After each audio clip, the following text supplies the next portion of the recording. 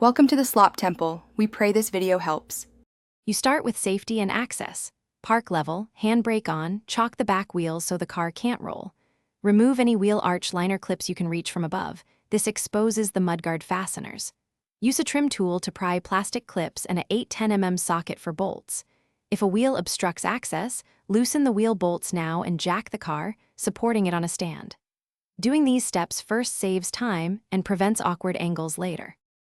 Once the liner is lowered, locate and remove the Mudguard bolts systematically from front to rear.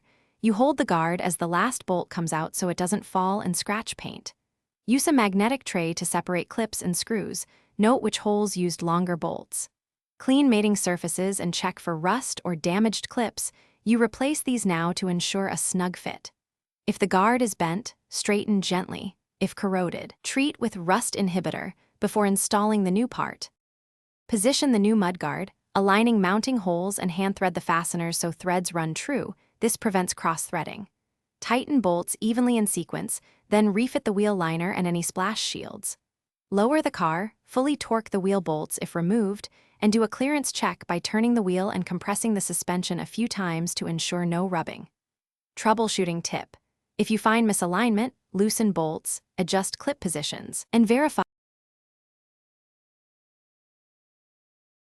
Thanks for watching. Consider subscribing if we helped you.